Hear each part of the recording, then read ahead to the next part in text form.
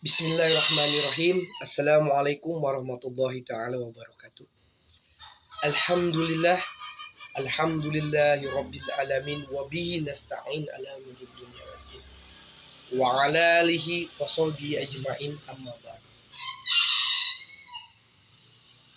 Ya, faqala Allah taala fil Qur'anil Karim, a'udzu billahi minasyaitonir rajim. Bismillahirrahmanirrahim.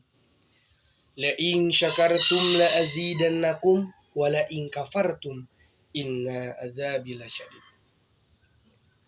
Yang saya hormati dosen pengampu mata kuliah metodologi dakwah Ibu Farida Rahmawati MSOS, dan yang saya hormati dan yang saya banggakan para teman-teman seperjuangan yang insya Allah kita semua diberikan oleh Allah ilmu yang bermanfaat. Amin.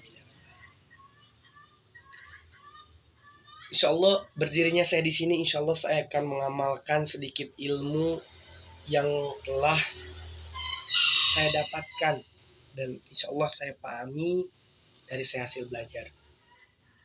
Saya akan mengambil tema yaitu 4 syarat syukur. Ternyata bila mana kita ingin disebut orang yang bersyukur, kita harus memenuhi 4 syarat tersebut. Karena dengan jadinya kita orang yang bersyukur, Allah pun akan menambah nikmat yang telah Allah berikan kepada kita. Beda halnya dengan bila mana kita kufur akan nikmat yang Allah telah berikan kepada kita, maka tunggulah azab Allah sangatlah berat, sangatlah pedih, sangatlah keras. Sesuai dengan firman dalam Al-Quran, la in syakartum la azidannakum wa la in kafartum inna azabi lasyadid. Nah, apa saja 4 syarat syukur tersebut? Yang pertama, zikrul mun'im. Apa itu zikrul mun'im? Mengingat kepada sang pemberi nikmat, yaitu Allah Subhanahu wa ta'ala. Nah, yang pertama zikrul mun'im, mengingat kepada Allah, mengingat kepada yang memberikan nikmat. Bagaimana caranya?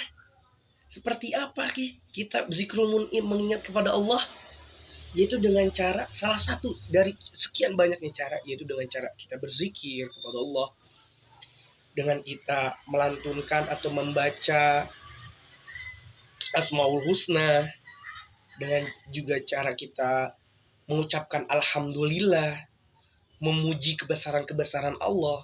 Itu adalah salah satu bagian dari sekian banyaknya kita mengingat kepada Allah Subhanahu wa ta'ala. Nah, itu yang pertama. Yang kedua adalah ta'atul mun'im, taat kepada sang pemberi nikmat, yaitu Allah Subhanahu wa ta'ala. Di sini kita harus taat kepada Allah Subhanahu wa ta'ala. Dari sekian banyaknya taat dan kepada Allah Subhanahu wa ta'ala, salah satunya adalah dengan kita menggiatkan ibadah, menguatkan ibadah, mengistiqomahkan ibadah. Itu adalah salah satu taat kepada Allah Subhanahu wa ta'ala.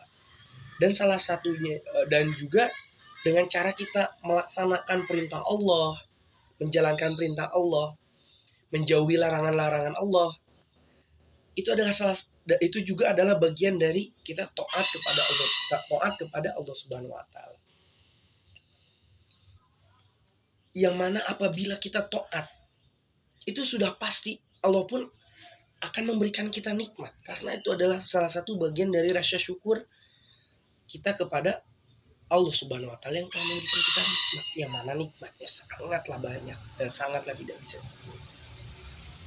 Yang ketiga, nah ini adalah syarat yang lebih kita tuh harus benar-benar menempatkan pada tempat yang benar, yaitu isti'maluha firidul mun'im, menggunakan atau memakai nikmat tersebut pada tempat atau jalan yang Allah ridhoi.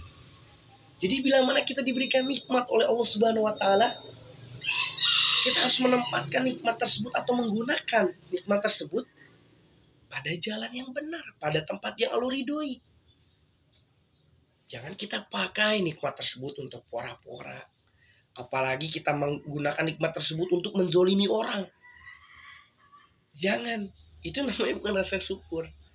Kita itu bukan rasa syukur kita apabila kita menggunakan nikmat Allah pada tempat atau jalan yang Allah tidak ridhoi.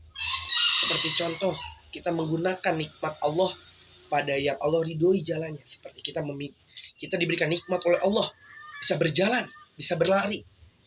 Kita menggunakan nikmat tersebut untuk awal waktu sholat berjamaah, untuk pergi ke masjid mendengarkan ceramah, untuk membantu orang-orang, untuk membantu kedua orang tua kita dengan syariat kita diberikan nikmat, bisa berjalan, bisa berlari. Itu adalah salah satu nikmat. Istiqmaluha firdul mun'im, menggunakan atau memakai nikmat tersebut pada yang Allah ridhoi. Contoh lagi, Allah memberikan nikmat kita harta yang lebih. Kita sedekah kepada anak yatim, kita membayar zakat, kita membantu fakir miskin.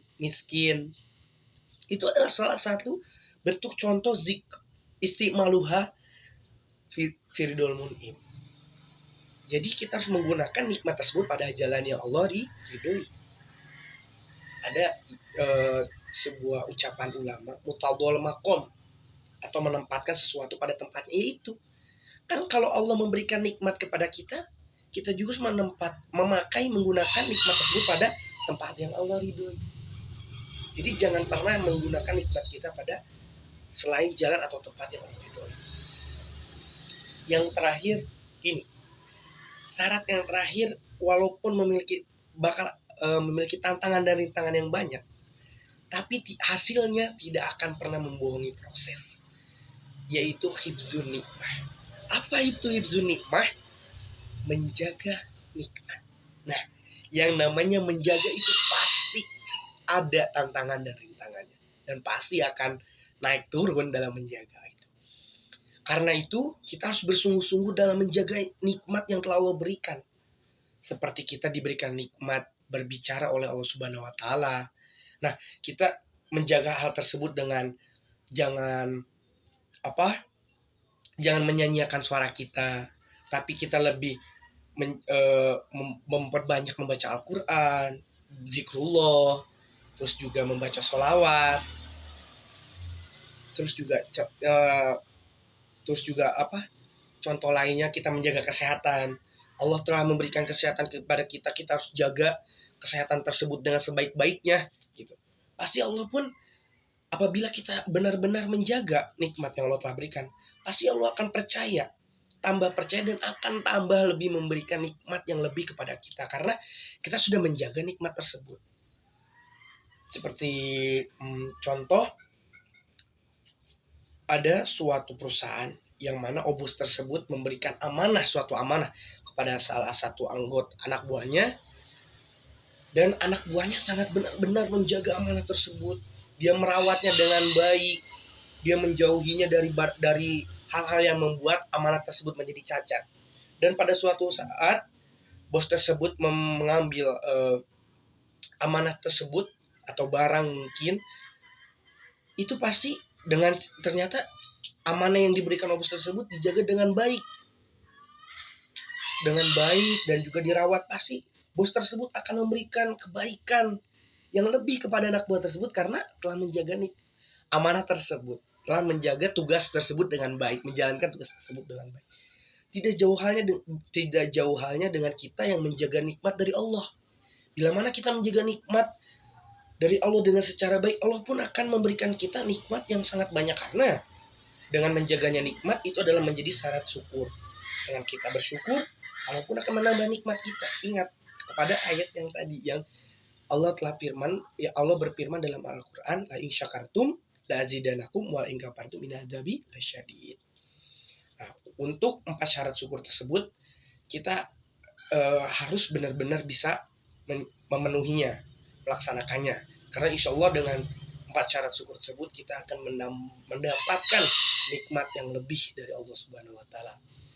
Semoga kita semua semoga yang menonton video ini mendapatkan kekuatan dan keistiqomahan dalam beribadah, dalam bersyukur kepada Allah, dan Allah melindungi dan meridhoi dimanapun kita berada, dan kita selalu mendapatkan rahmat dan ridhonya Allah Subhanahu wa taala.